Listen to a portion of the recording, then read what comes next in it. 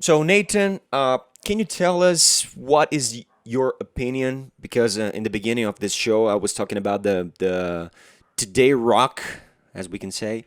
But what is your opinion about the rock we are listening today? You know, many people say that rock died, but do you think that a genre so important to the history still has records to break and moments to be remembered? Yeah, absolutely. I personally think that people are getting bored of hearing things that are perfect, you know? I think people are bored of listening to like really auto-tuned voices and overproduced albums.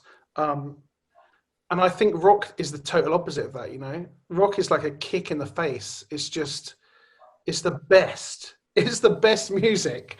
And I think the problem that I have is that usually the people that say that shit are people who are, are older and are in big famous bands that want you to go and see them on tour before they die.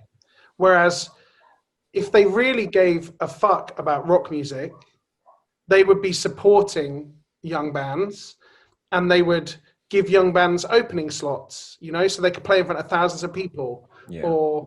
But they're not doing that. These old people just keep saying that rock is dead and all this other nonsense. It's going to be dead if you keep saying that. If you stop saying it and you support and you really care about rock music, invest. Put your money where your mouth is, because we haven't got those opportunities that they had. We didn't have. No one signed me to $1 million record deal. You know, no one took me on tour with the Scorpions or with Whitesnake or with Iron Maiden. We had to do this on our own. It's not the 70s. It's not the 80s anymore. The world is different. And I sometimes wish that I was 20 years older, because I feel like I would have been like the 74th singer in Deep Purple if I was old. You know? Like, if I was alive then, maybe it would have happened. But it's so much harder now. And the internet, also, the problem I find with the internet is that a lot of okay bands are fighting for these positions. So the ones that are really great don't always get there. Do you know what I mean? Because people can't tell the difference. When people first saw Guns N' Roses, they knew it was incredible. Because there was nothing like it. Now there's a lot of bands that are kind of trying to do the same thing.